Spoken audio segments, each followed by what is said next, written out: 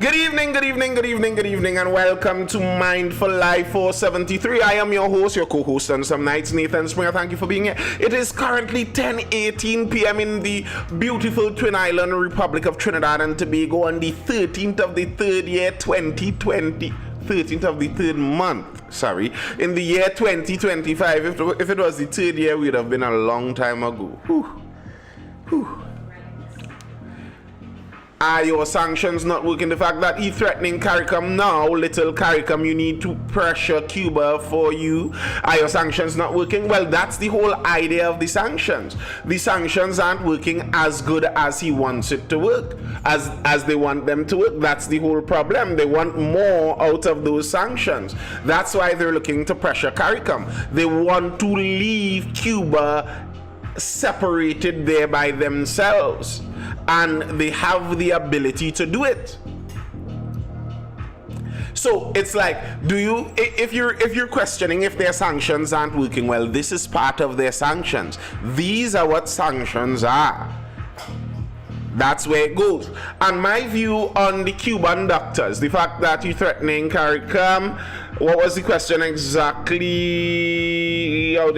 What is your opinion on this request to send back Cuban doctors? All right. Well, my opinion is every country needs to seek their own interests based on their own interests. So we need to balance our own interests on whether we need these Cuban doctors, how we need these Cuban doctors, and what can we afford to risk with our relationship with the United States. That's what we need to balance, as in terms of my opinion. Now, if you're asking about my own opinion in terms of the morality side of it, whether indeed this is some kind of servitude they're doing, yes, as I said before, if you think about this practically, it is obvious that what is going on with the Cuban doctors is some suspicious stuff.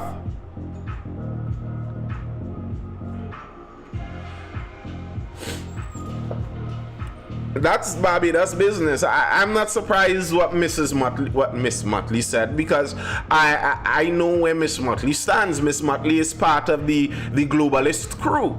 So obviously she would be against anyone who is anti-globalist. So there's no surprise in that, really. But as to the Cubans, it seems obvious to me. It seems obvious to me that indeed Cuba is using this as a kind of servitude. There are articles, people were asking me if I found proof. I did actually dig up some in that, and there are articles and studies that have gone into that, and yes, they send the money back to Cuba, not to the Cuban doctors. Cuban doctors have been known and been seen to be working taxi and running 3-4 meager side hustles in order to make enough money to pay them while they're working as doctors in another country. So when Dr. Rowley tells us that they pay the Cubans top dollar, they aren't paying that top dollar to the individual Cuban doctors. They're paying that top dollar to the Cuban government. Nathan, don't try to make the United States look like some moral hero. Well, I said this when we first brought this up. I am not saying I think this is because the United States is a paragon of virtue. Now, however, I wouldn't doubt that there is some moral positioning in this, because the current U.S. Secretary of State is a Cuban American. If you know anything about the Cuban Americans, the Cubans that dove off the island when it became communist, many of them are extremely interested in the downfall of the communist group in Cuba. So Marco Rubio, being Secretary of State, may actually have some personal moral grouses with that. All links or two. So I'm not saying that they are the moral ones. That's not really where I'm coming from with this. But I am saying that there could be some truth to the matter. As in, indeed, some of these Cuban doctors are indentured servants, basically. And if indeed they are, are we okay with that? Abdul Hakam says next Trump will tell us who he can sell out resources to. Yes, he will. As they have done all along.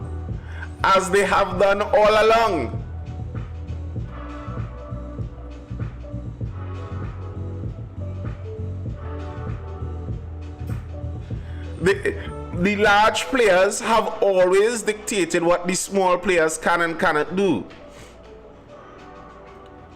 They have always, that has always been the case.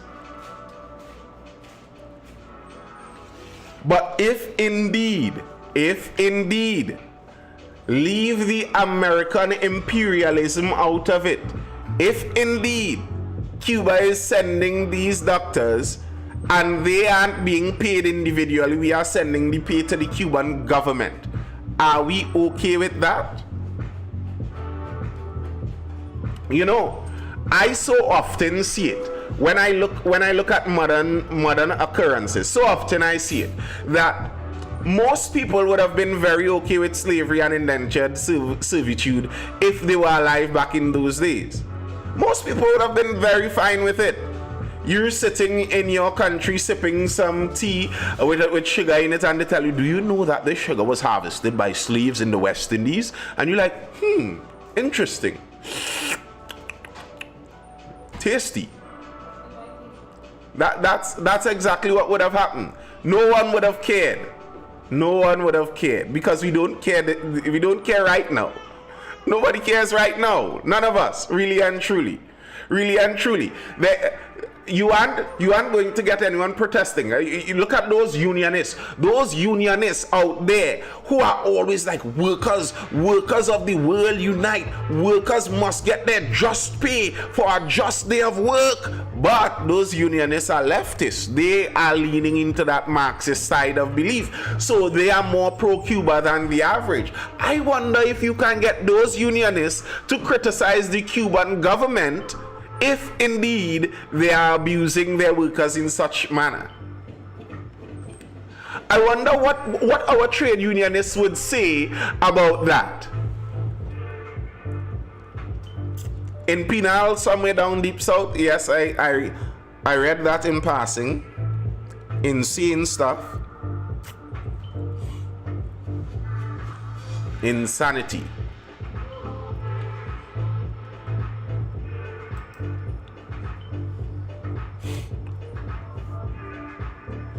Cuba's secret deal with Qatar to take up to 90% of doctors' wages. That's a Guardian article. Medical servitude out of Harvard Education Review, Harvard International Review. Medical servitude, the other side of Cuban medical diplomacy. The Cuban hustle. Doctors drive cabs and work abroad to make up for meager pay. So it isn't a fallacy out there. It is something that is kind of known. And what would we say about that?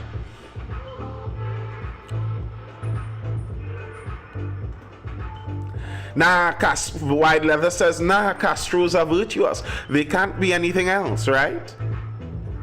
Well, yes they were, Hotep, yes they were. And many of these guys that still call themselves comrade this and comrade that walking around the place today are very much okay and in line with the view of the Soviet Union and the like. That's why I don't trust those guys. I don't trust them. If given the chance, what would they do?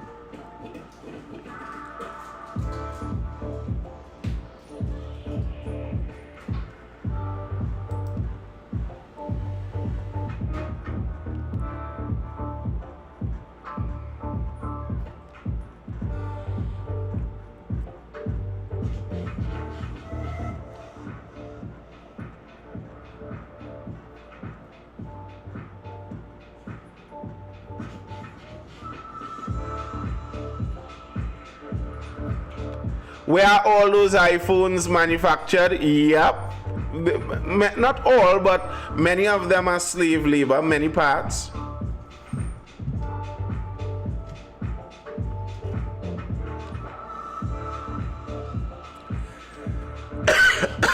Sorry.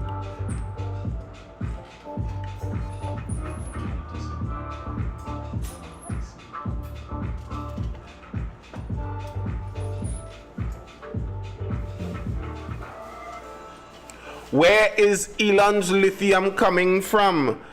What do you mean? It's coming from very good places, very nice places, where people get paid very well to take it out of the soil, and they're treated so kindly, and they aren't at any real risk of anything. It's all just rainbows and butterflies and lithium.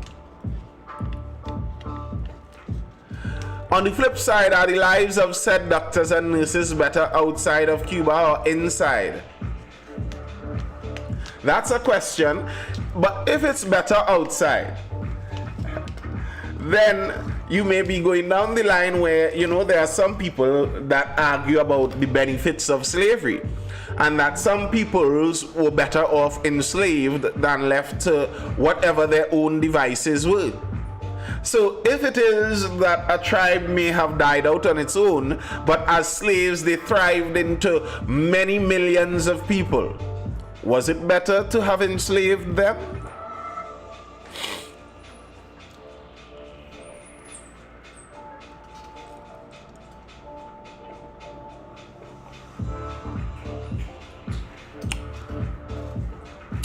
Ronnie says, I think so. Ronnie, the problem with a worldview like that, the problem with that consequentialist worldview, is none of us can predict the ends. So if the ends justify the means, but none of us actually are able to predict the ends, what that means is really and truly just that consequentialist belief is going to have you excusing all manners of evil with the excuse of hoping that maybe by chance you could predict what the outcome is going to be.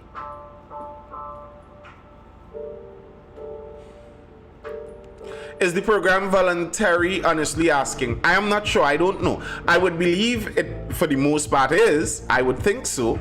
But similar, that's why I didn't say slavery. I said it would have been like indentured servitude. Most of the indentured servants that came across to the West Indies, etc., they did it on a voluntary basis. So we can't extract our resources. Now we can't have Cuban doctors. Hilarious. Well, it's the way of the world, brother. Sorry. He who have more corn feed more fowl. No, I didn't watch his last interview. I may go take it in after. Then, if it is voluntary and they're living better, tell Trump to haul he. But here are some factors in that. If they're living better outside, while they're being abused, but they're living better outside, that's because the island is being run so insanely. Not so? And if that be the case, that you're okay with them being indentured servants because their home is so bad, wouldn't it make sense to put pressure on their home to change? Abdul Hakam says, at this point, how is the United States our ally? Well, they are the big brother in the ally relationship. And here's the thing. Here's what they would say. They would say that if we were indeed their ally, we would have no business dealings with their enemy, Cuba. So maybe the United States could ask, how at this point is Trinidad and Tobago and CARICOM their ally if they're doing business with Cuba? What does Cuba have that the United States wants so bad? That's a complex answer that I don't know. That's a complex question that I don't know all the answers to. I know 2 Cuban doctors in Tobago. They are very happy working here. They tried that. They just became self-sufficient over the past few decades. But if they were our ally, they would let us extract our resources. No, not necessarily. If we were their ally, we wouldn't be in business dealings with their enemy.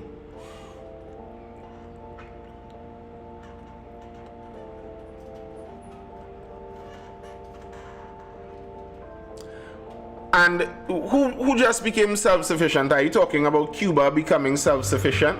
And if that's the case, then you could understand why they would be looking to target that Cuban doctor program. Because that Cuban doctor program may be part of how Cuba is generating a large amount of their money. And if you are looking to pressure government into non-existence, you don't want them to be able to get any money. And how do you starve out that money? Well, you kill all programs that they may have that can generate money for them.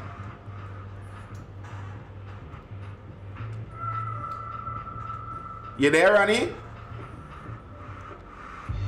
Are they going to purchase all our oil, gas, and CNG at market price since we shouldn't do business? Well, shouldn't that be the discussion that we're having? And the truth is, we have had preferential trading abilities with the United States for quite some time for just those reasons. The United States trades with us under a deal that they forged since Reagan days, where we have duties, tariffs on their products. Pretty much every American product cannot come into our countries easy like that, while we get preferential trading agreements to get our stuff into their market. And the reason the United States did that was back in the Cold War days when, you know, everyone was trying to pick up the small nations as friends. They didn't want us to end up as friends with Russia, so they gave us that preferential deal. So now it's up to us to decide. We have a preferential deal right now with the United States. Do we want to go in on that and stay with that status quo? Can we make enough money at that kind of status quo? Or should we say that forget the United States, we don't care about them, we don't need their visa, we don't need their passport, we could trade with Cuba and Venezuela, and okay, they remove their preferential trading agreement with us. We no longer get to enter their market with a benefit. And what happens to our businesses? Would we get the better out of that deal? Does it make more sense for us to distance ourselves from the United States? Would we benefit? Because let it be known, in case you don't know, as it stands right now, we have a beneficial trading agreement with them where we could have duties on their goods coming in, so we could squeeze their goods out of our market while they help our goods go into their market. Do we want to stop that? Hello, good night. I just want to say TikTok did not allow me to watch your live last night. I checked and it did not bring it up. Anyway, I just want to say how I am two-sided on this Cuba thing. One, I am just of the opinion that we don't have to answer to America, and I don't like the fact that they feel that we kind of have to do what they say. So that's one side. And the next side is I really don't appreciate the Cuba doctor thing, because I know that they don't pay them fairly, and it's kind of like, in a way, a type of extortion, because they keep their families back in Cuba. Their families can't come with them, and they can't skip tongue on the deals. So it's like they're really actually in a real bad position. So that's why I don't like the Cuba deal, but I don't like that America wants to tell us what we could do. Like, bro, who are you? You ain't my daddy. If you know how I despise this emotional thinking, this is why a woman shouldn't lead no country. Me and Motley too. Listen, joking, eh? Joke. But we need to stop this emotional thinking. I was listening to a Singaporean geopolitical analyst. He's a professor in geopolitics. And you can't go into these things with emotional thinking. So I don't like that the United States tell me this. Why them have the right to know why burn them? Sir, ma'am, stop it. Stop it. Behave yourself. That's not the reality of the world we live in. We live in a real world. We live in a real world. Yes, it would be nice if we could force the United States to do what we want them to do.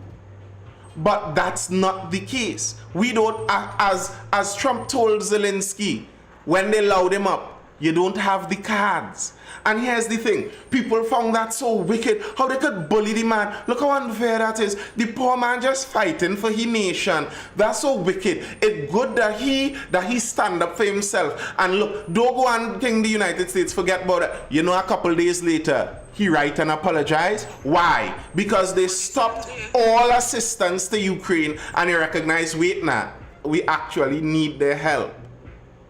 So the thing is, we don't have to listen to them. We don't have to.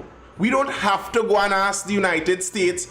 We don't have to go and ask the United States for a blight to go and do oil deals with Venezuela. We don't have to ask the United States for a blight to go and import Cuban doctors. But just how you want to decide what your country does on its own, can't they do the same thing? And they're saying, we don't want to do business with anybody from that country or anybody that interacts with that country. Is that not their prerogative? Just how it's ours. Just how we could say who we want to do business with, who we don't want to do business with. We all are upset that we don't get the chance to determine who we do business with.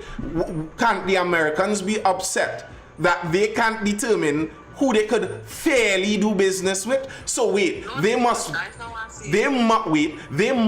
give everybody preferential trading agreements for what? Right, that's not what I'm saying, you know.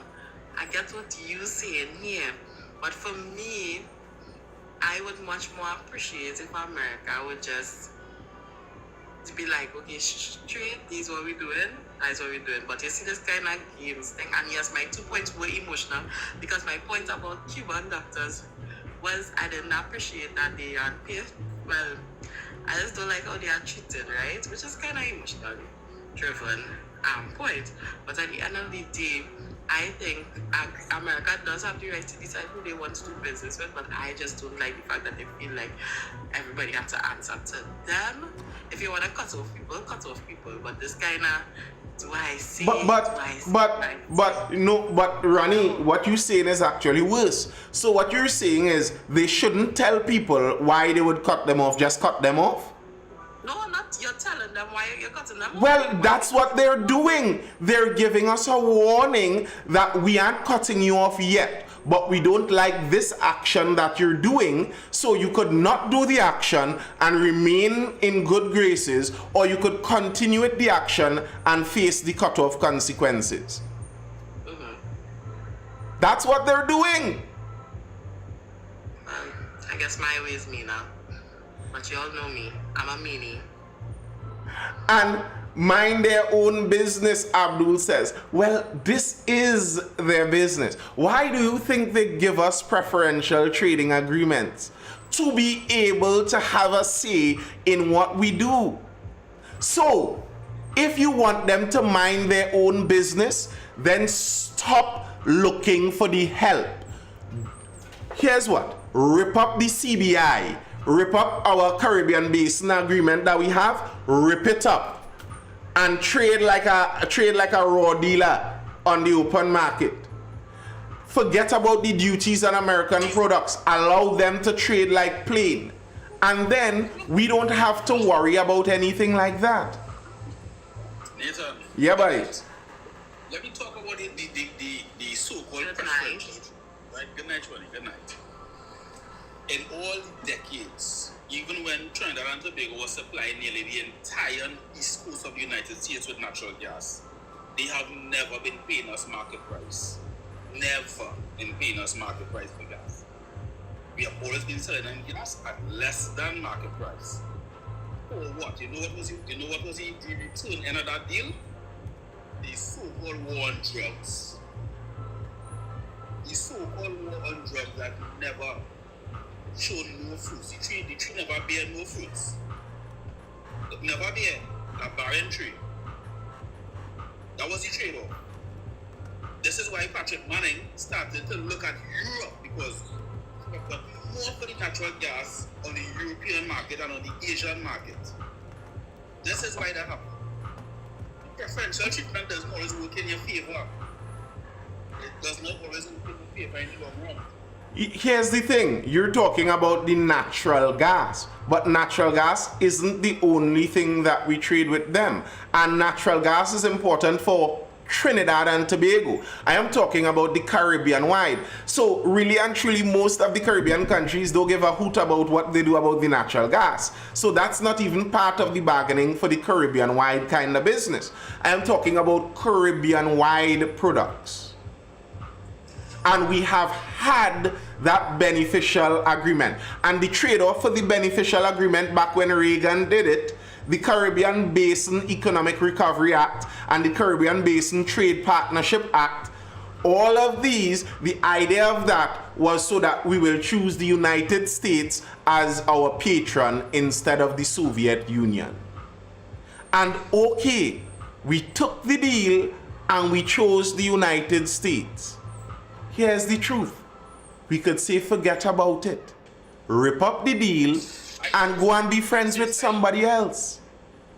I say it's about time, because at this point they're trying to bully the entire CARICOM as a whole. They're trying to bully the entire world, Abdul Hakam. They're bullying. Go ahead, sorry. It's about time. I say at some point in time, it don't matter when it is, whether it be 90 years ago, today, or next 30 years, at some point in time, we need to say, you know what, we had enough of this. At some point in time, it has to happen. Whether we like the after effects of it or not, at some point in time, it has to come to an end. It has to. Because right now, I'm not seeing it as benefiting. Trinidad and Tobago in particular, I am not seeing it as benefiting us. Right now, we cannot. The 3 wells that we have on the Dragon in our side of the maritime border, we cannot go and extract. We cannot go and extract. We need permission from the White House to go and extract from Treasury's Department our own natural resources. That is unfair to the citizens of Trinidad and Tobago. Yes, it is. But when our manufacturers export their goods to the United States and get it into their market duty-free and make their bank from that, are they willing to sacrifice that for the Dragon deal? And then here are different balances, different pieces to keep in mind.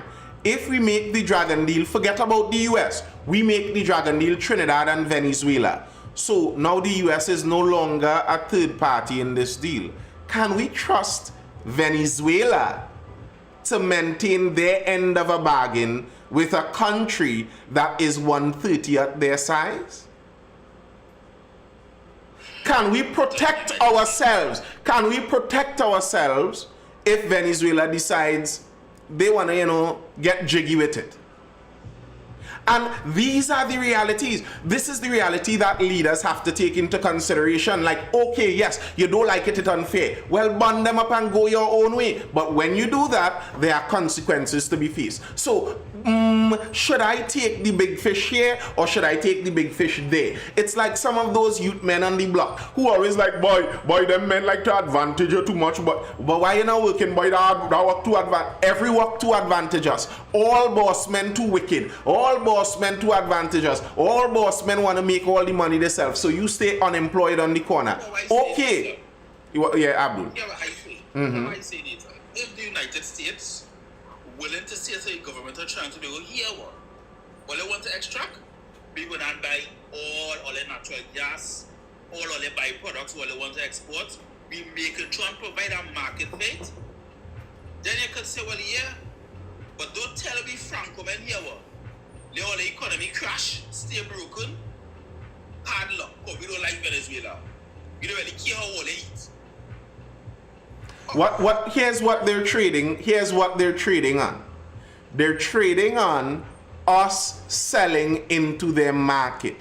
That's what they're using. It's not that they're telling us, listen to us about Venezuela and you get nothing out of it. we are already getting the benefit. And this is what Orange Guy is attempting to say, that people are, so when he announces reciprocal tariffs and someone says, okay, well, we're raising tariffs on them, you hear them say that they're raising it 25% more.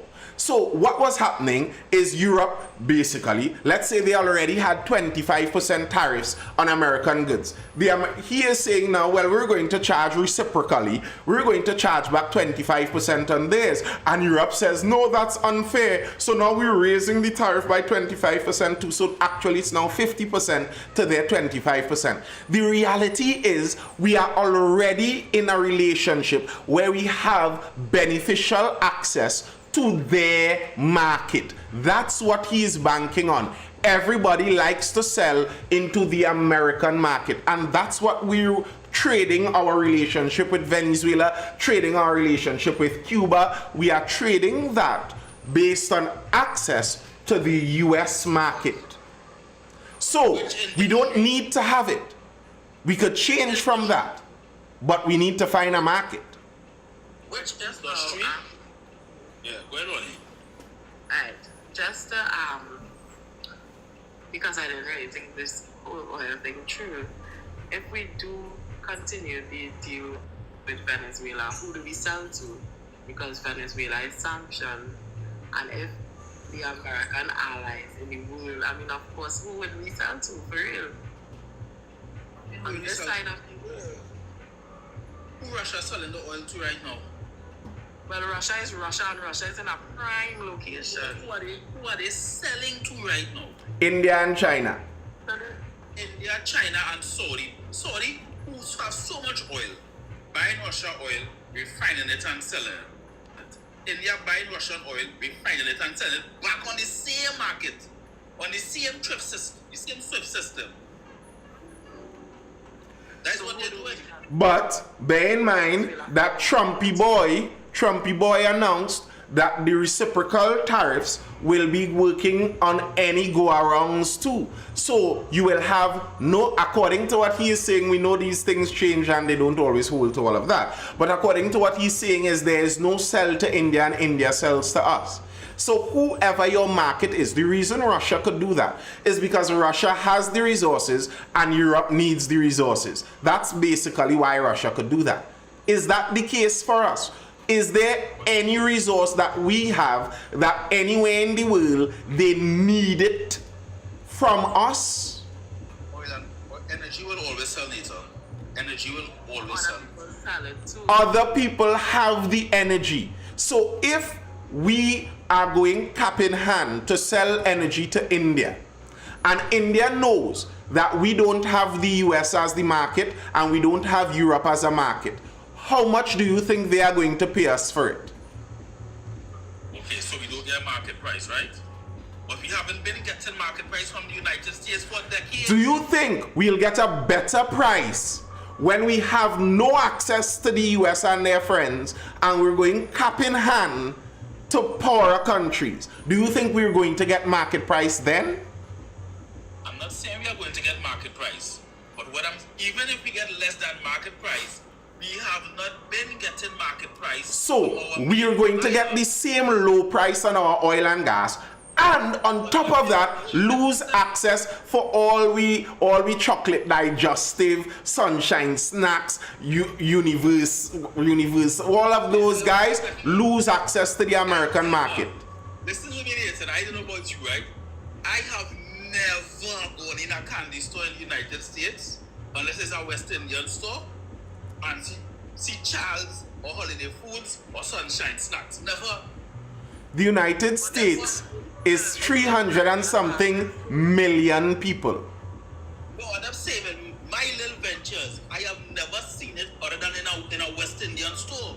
But that's still a West Indian store. But That's still a store. whether you see it or not doesn't change the fact. The market play and the profit from that is not coming in the country coffers. Those are private entities. The energy industry that we have is what is sustaining the nation and the population or everything. Abdul, you're sounding like a communist that doesn't understand the economy. Abdul, you're sounding like a communist that doesn't understand the economy. What you're saying there is dangerous. That the private companies don't matter. The private companies are what's supposed to be holding up the country. The fact that we need state companies, just now, the fact that we need state companies to hold up the country is part of the problem in the first place. The private companies are supposed to be able to generate money and pay workers. That's how the economy moves. Last year, one of the biggest businessmen in this hill island, they programmed Jacob for how much outstanding taxes. Mm-hmm. One of the biggest businessmen on the island. So we don't know how many more than owing hundreds of millions of dollars in taxes. Mm-hmm. So the business that the government doing that is benefiting them and them alone. Not them alone. You see, that's a lack of understanding. Taxes aren't how we're supposed to get benefit from businesses. The businesses in and of themselves are the benefit. Businesses hire workers. Businesses spend money in the market. I don't care for the taxes. I would like the government to get none because Rowley and them don't know how to spend the money. So I don't care. Spend the money. But we need the US, don't we? And how would we get the US? You know how we get the US? You know how we get the US, Abdul? When these companies sell their products into the US market and the US market pays them in US dollars for the products. Is the US from those private companies coming back into the market in Trinidad and Tobago on the Trinidad economy? Yes. That's how we gain forex. Well, that's a small way how we gain forex. Most of our forex is energy. Exactly. And the United States knows this, and they are continually strangling us. They are strangling us. They're just facts. They're strangling us. And this is what I'm saying. They're strangling us because we don't have calms. And if we attempt to go get a better price anywhere else, we're very likely going to get the same price. It's the cards that we have. It's like when people talk about the deal Exxon has with Guyana and how advantageous it is. Yeah, it's advantageous to Exxon. But what choice did Guyana have? Isn't it better to get the same price than no price at all? Because we can't extract the resources right now. Well, it would be better if we could find a market for it enough, and if we could find a market for our non-energy goods enough. So if we could make bilateral agreements with Ghana, Nigeria, and open up the African market, maybe that might be very possible. But who knows? Would those African countries be willing to stand against the United States? Those are the considerations we have. So it's not as easy as I don't need an American visa. Like I believe Miss Motley is just saying that as political talk because your Prime Minister say that to her. Your Prime Minister say that. I know, and I don't believe him because his daughters are always there. I don't believe him. Visa already. It's the citizens to suffer, you know. It's always the citizens that always. If you don't clear it, is the general population going to feel the effects of everything that is done? Well, that's why I said on the original about the punishment that the US is pushing for this. That I rate the punishment in that the punishment is geared at the leaders and their relatives with no punishment to the citizens based on this action. That makes sense to me. Like, I didn't agree to bring any Cuban doctors to Trinidad and Tobago. So if you want to punish somebody on the visa, can't be me. Do you know it was either last year or year before they asked Guyana to put a military base in Ghana, told them no? Yeah. So then, push come to shove. They're going to Guyana next on the shopping board. But no, I don't think so. I wouldn't doubt because when that was going on, Maduro came out and alleged that there are CIA bases inside of Essequibo, secret bases. So I wouldn't be surprised if we hear on the public view, Mr. Dr. Ali says, no, we aren't taking any American bases in our island, in our land. And then he says that, and America still has a base. Because reality is reality. Venezuela is sending ships over to their platforms. Venezuela has an election planned for 2/3 of Guyana to elect a Venezuelan governor for the region. What are you going to do then? Well, yeah, they will.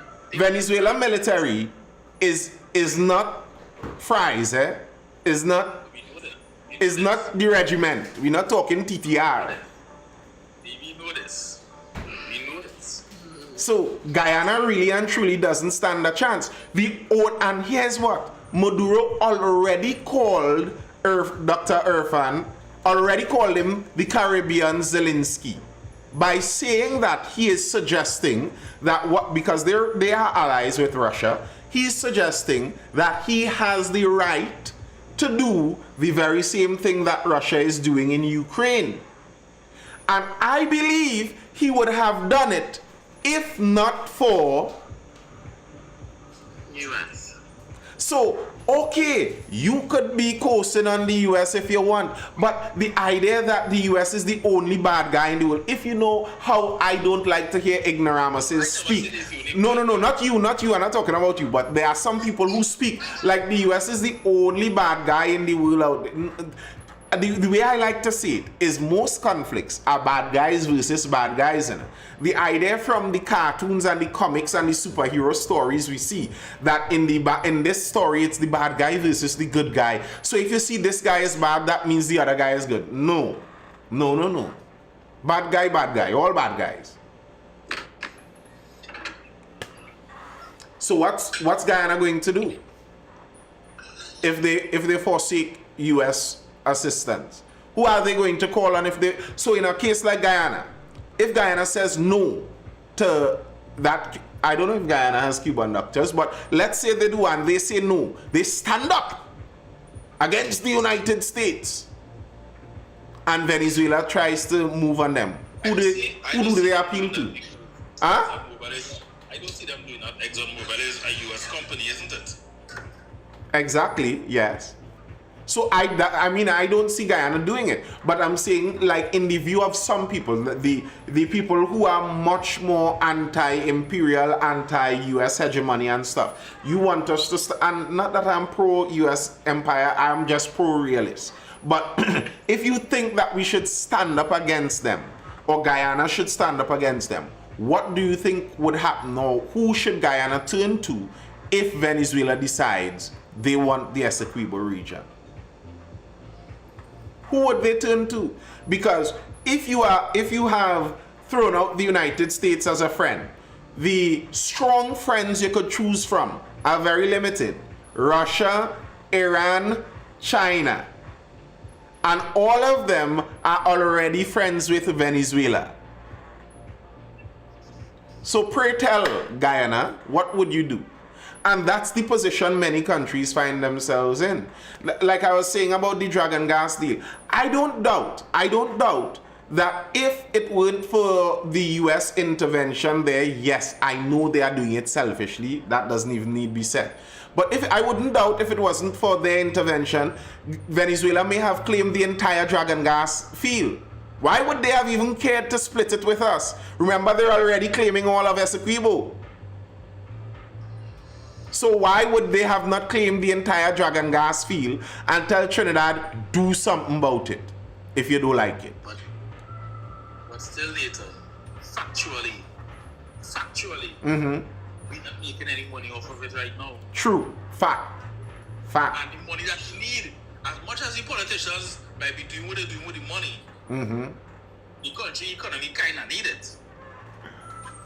Yes, we do. Well, this is the thing, though. If we allow Venezuela, if we buddy with Venezuela and then they kind of move in on us and say, you know what, Trinidad and Tobago is ours now, then we'll be in a worse off position. I think that we need to go back to the drawing board unfortunately, it may mean stepping backwards, I feel, and we build up our manufacturers game.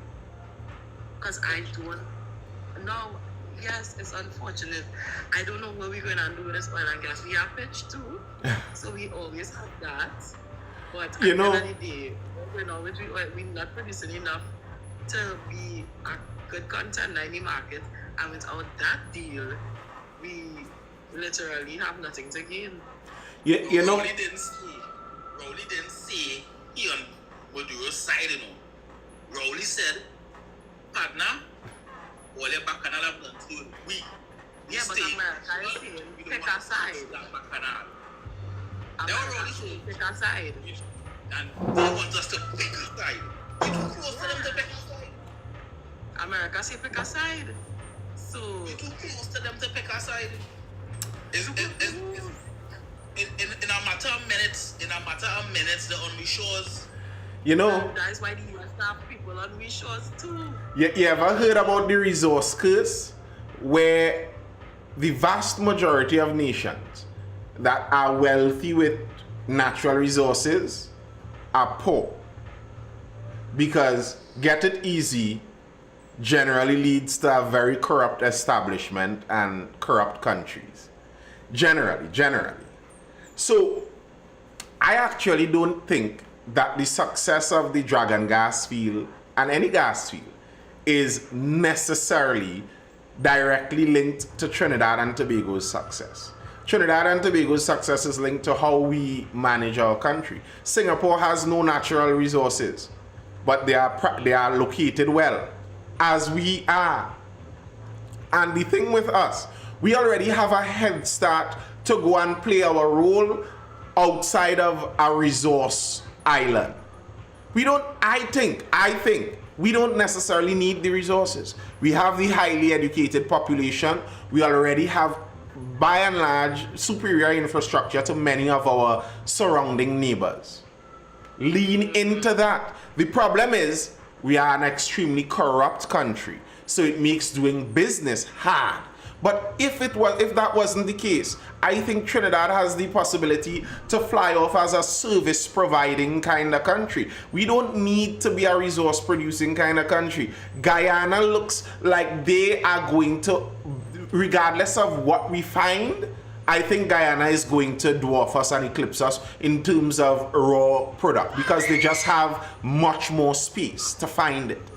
And mightn't it make more sense that on the tip of South America, linking the edge of the Caribbean to the Atlantic Ocean, linking North America, South America, Central America, across the Caribbean Sea, and pointing out to Africa and the edge of the nice three-way route between Africa and Europe, Trinidad exists right there.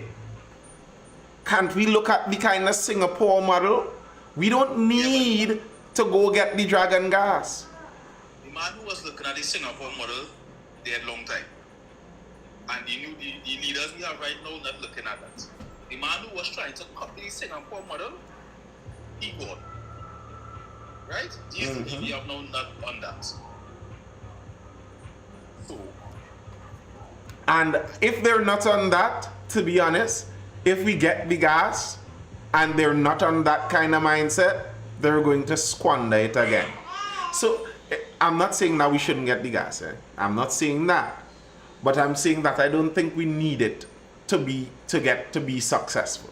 The success is dependent on the administration and the management of the country, with or without the gas. We're already in a position where we could succeed if we manage well.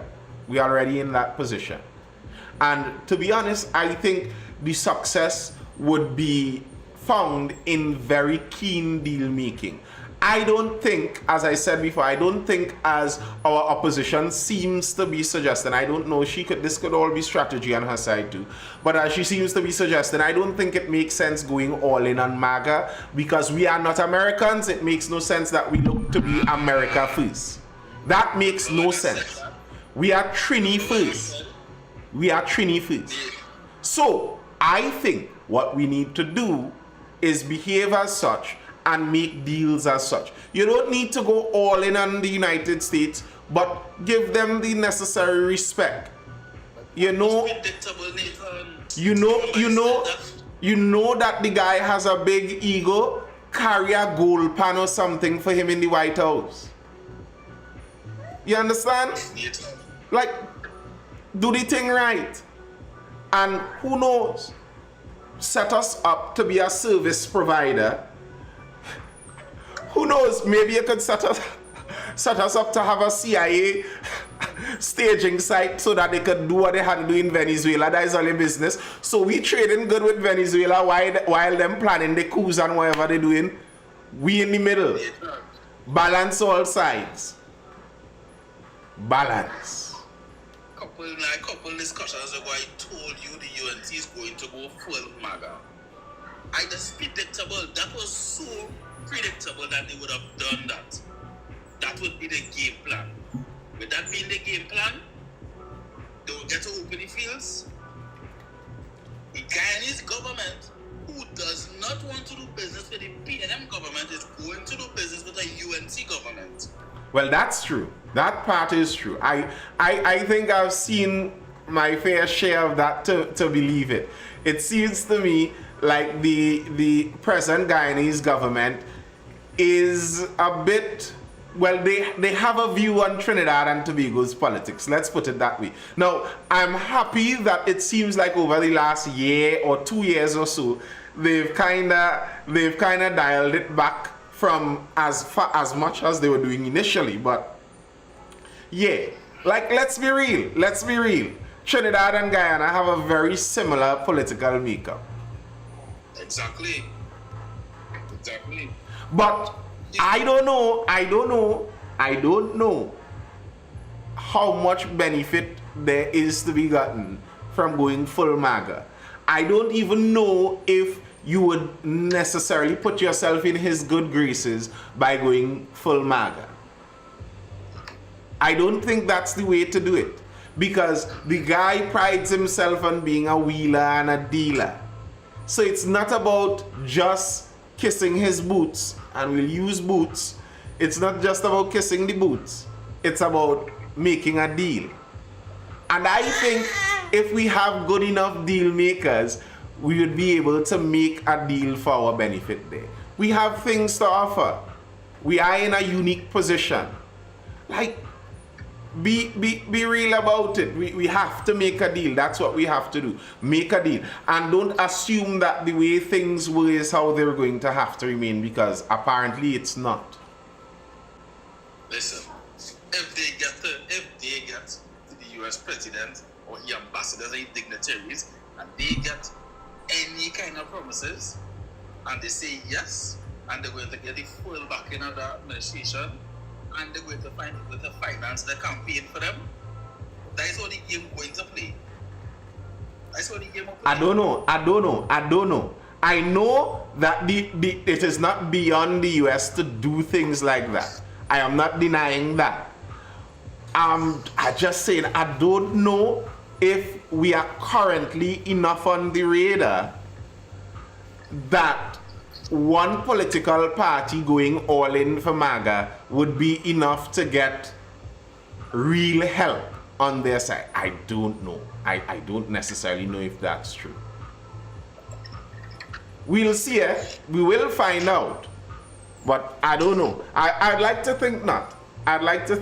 And I'd also think that it doesn't benefit us in the long run. It doesn't, unless we're aiming to become like Puerto Rico, an overseas territory or some kind of business like that.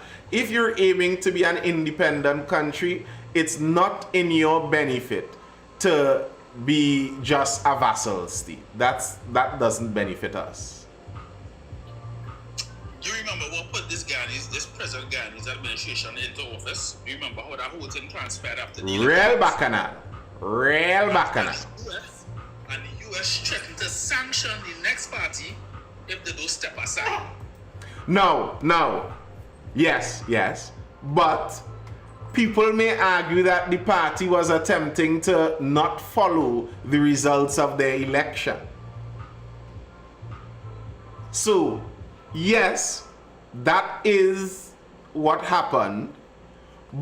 but there are reasons for it. And that's the thing with a lot of that US policy. It's like we were talking about the thing with the Cuban doctors.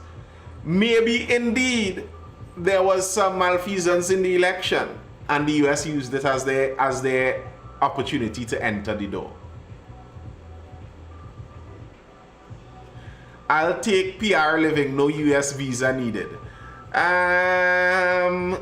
Like for me, I prefer stay independent. If I wanted to be an American, well, best I go attempt to become an American in America. I don't want them to take over my country. I don't think that will be to our benefit.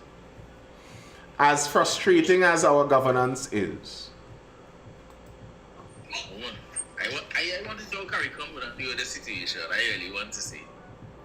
I want to see when the rubber meet the road. I don't care for the talk.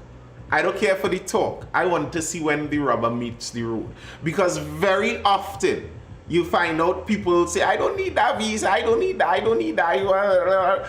But when you hear what was going on in the back channels, there was groveling and people on their knees and people selling off half their country just for the opportunity and things like that. We will see. Because, as I said, because of the size of our countries, we are always going to be at the mercy of someone or the other. So if you throw off the United States as your benefactor, who is it going to be? China? Okay. Do you think the benefits would be the same? They might be. They might be even more. Some countries would find out. And that might make for even more interesting geopolitics.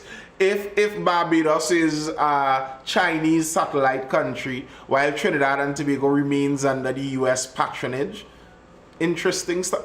It would make flying fish bacchanal all the more heated. Under the last Trump administration, there was a group of CARICOM leaders that went to the White House, minus the Prime Minister of Trinidad and Tobago and a few others. They were uninvited. The Prime Minister of Jamaica was the leader of that faction group there, the Prime Minister of Jamaica. And he's going to do it again. They were uninvited? Yeah, they had a group. The last presidency when Trump was there before Biden. Mm-hmm. A group of them was invited to the White House. The Prime Minister of Jamaica was one of those people. Dr. Kidroli was not invited, along with, I think it was Raul Gonzalez and one or two others, right? Because of Mr. Rowley's position when it comes to Venezuela. Yeah, he kind of Trump didn't really like him too much. He in the sit down in the back of the class list. Well, I know Uncle Ralph would not have American friends. I am sure about that. Uncle Ralph been a comrade since the 60s. Yeah. So, but like somebody like him, you have to give Jackie jacket. You can't be a comrade in the US backyard but still be under favorable dealings with the US by mistake. That's somebody who knows how to deal. He didn't even take it. The COVID vaccines that St. Vincent got came from Russia. And when Russia invaded Ukraine and everybody was lining up to toe the line and say how monstrous this was, he had a much more nuanced take.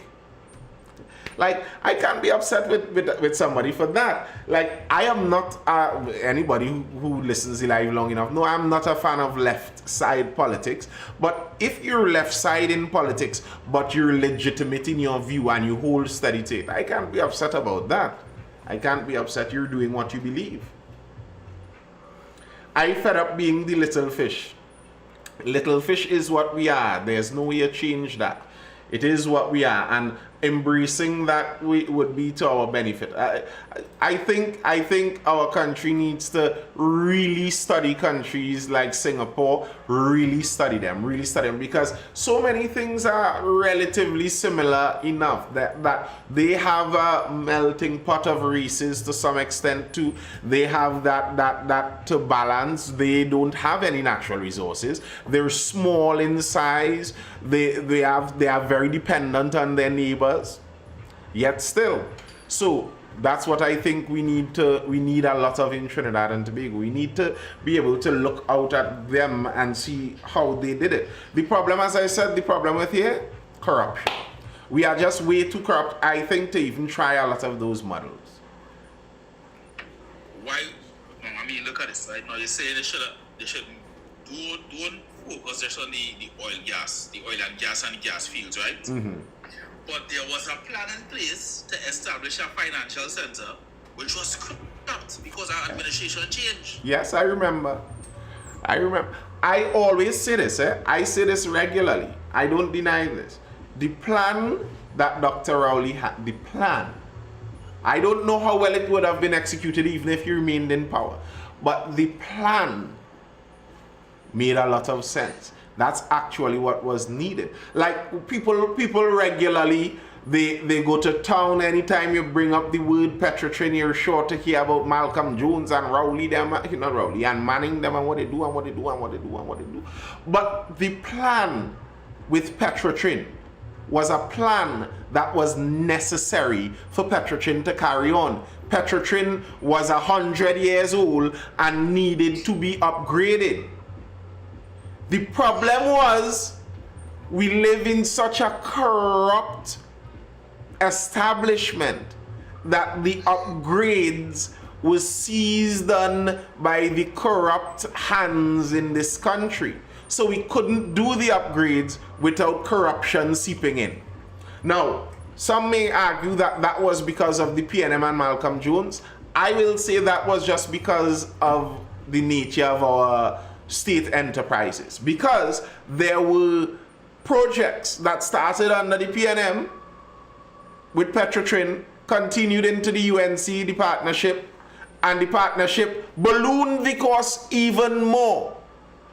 So I don't think if the partnership did all of the projects that Malcolm Jones did, that they would have been more successful. I think it's just a fault of how we view politics in this country and the level of corruption running through our society. So the plan was good. They had a plan, but you can't execute the plan. How are you going to execute the plan when all of the executioners are corrupt? Everybody needs their pound of flesh. So the Petrotrin is falling apart. It needs these new improvements for it to continue being successful. And by the way, Singapore with no oil or gas is what, top 2? Certainly in the top 5 of refiners in the world. They have the largest refinery in the world, I believe. See that, Trinidad. And that's why when people talk about the Petrotrin thing, I don't care that people say it was making money, because it really wasn't on that side. Every time they attempted to do an upgrade, the corruption comes in. Every time they attempt to do anything with money in that thing, the corruption comes in. If we are just so corrupt, is it that we are so corrupt we just need a foreign power to dominate us and rule us? Is it that we need to be a colony in order to survive?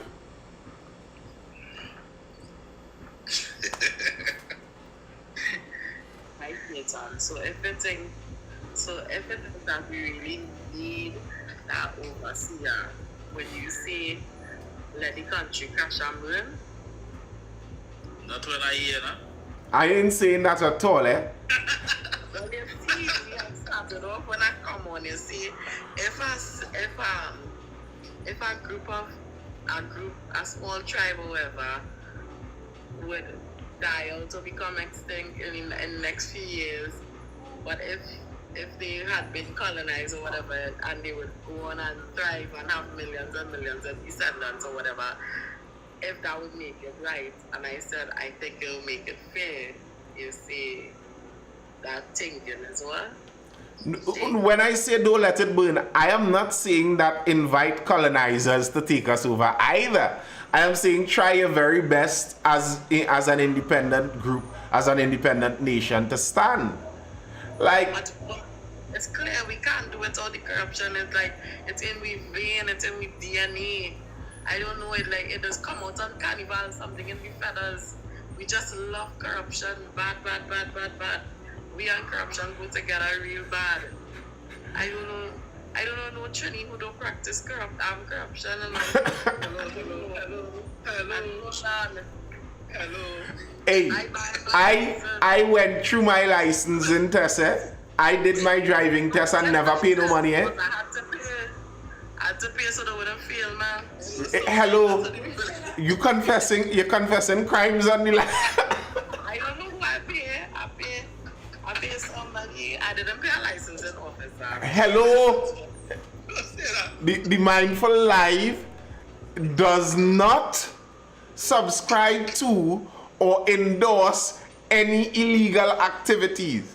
Anything that may sound as such is totally owned by the guests that have nothing to do with me.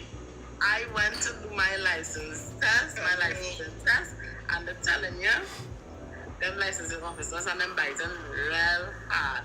If you want to pass, you have to pass a solid cash. That's what they used to see. Now, I could have just be paying my instructor, and my instructor probably take any money and she's not giving the licensing officer, and I probably drive real good. But I can tell you that wasn't the case. Okay? I never pay. So, all you corrupt, I not corrupt. I never pay no bribe. I never pay a bribe in my life. He's a law-abiding citizen. I is a law-abiding. I am an upstanding member of my community. I am too, but they just force your hand. Hey, you bribing out there. I'm not bribing. I am an upstanding member of my community, never having soiled my fingers with the dirty money. See, you see, Alia is the problem in the country. If nobody pay the bribe goes stop. It's just because some people pay it continues. Well, I'm telling you, like if on that day that the pass rate was so low, I don't understand. If they will fail people, they will just fail people for the smallest thing. So it's better, you know? And they know that that's what they're doing. Well, yes, they are. Because some people fold and some people pay, while some people say are not paying a cent. And how much time I gonna do? You know how much time I went up for my license? Don't tell me. That was my third attempt. My third time. Nathan Lamarck's going to ask this question. Yeah, man. Everybody done Lamarck's this question, right? Yeah, that's good.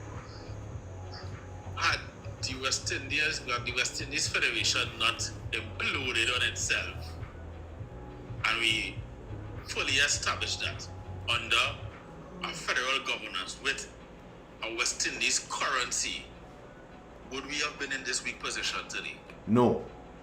But I don't think it was possible.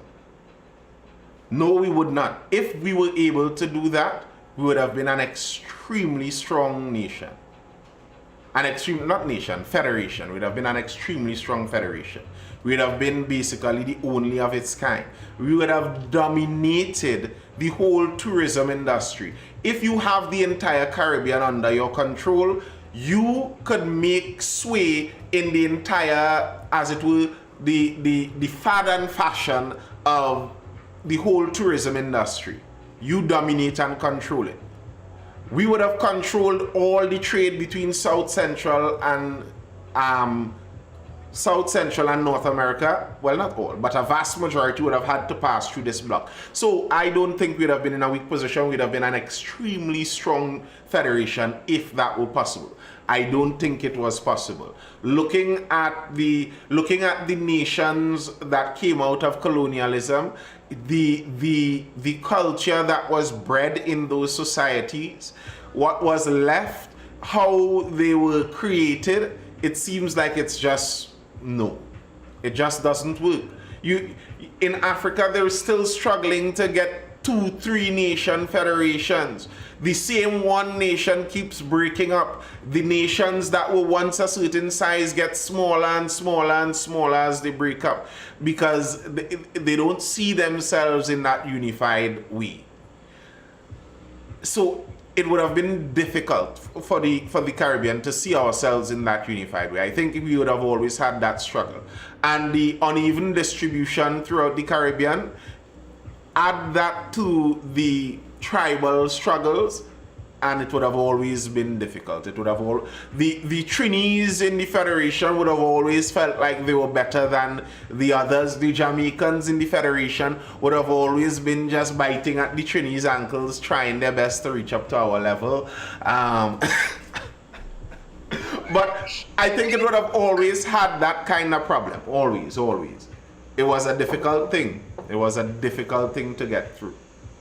When you thinking about that part, but it also, apart from Trinidad and Trinidadians feeling that they better than the small islanders, wink, sorry, I didn't mean to hurt the feeling. But we also have if we included Guyana in this federation, which I hope we didn't, but if we did include Guyana into Trinidad and Tobago and Guyana would have suffered the same issues, whereby probably some of the Indo of the country may have felt outnumbered and felt like, they're on their own. If you understand what I'm saying now, because the Caribbean makeup isn't as flushed out as us and Guyana, so they're gonna be like, it's the same thing with the CCJ, why they may not want to join, because the makeup will outnumber them, and that will mash up. It will mash it up. The whole thing will cast on. It wouldn't make it. Correct. The racial dynamics would have been a problem also. I agree. And who knows how that would have turned out in the long run. If the entire Caribbean was a unified federation, how would movement have looked? Would we have seen that there would be a racial concentration down to the southern end of the Caribbean while there's another racial concentration going up to the northern end? Is that what we would have seen? Would we have seen more of that? Would it have been exacerbated? And then what would be the case? Would it be that the leaders of Trinidad and Guyana are of a certain race while the leaders of the rest are of another? So yeah, there would have been that difficulty also, no doubting that. The format they had and they was trying to put in place, all the island member states, it would have been like, just like how they have the local governance, that's how the European Union have a European parliament, kind of set up, and have a European government. It was set up, it was supposed to be set up similar to that. And that is where it started having the issues. Yeah. And it's understandable. It was easier for Europe because they had a longer shared history, way longer of a shared history. We didn't have that long of a shared history. So yeah, we had a similar birth, but to assume that all of these nations would be okay with it, I just don't think it would have happened either way. All right, people, that's all I have for now. Any closing statements from Abdul or Ronnie before we dive out?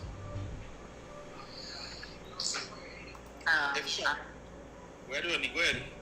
Well, I was just saying, as usual, it was very informative. It was quite fun. I had the fun. You guys, I hope that we have a consistent life again. I be bored. You all enjoy your night.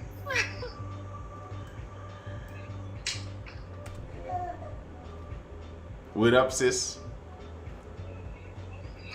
I say that later. If Carrie come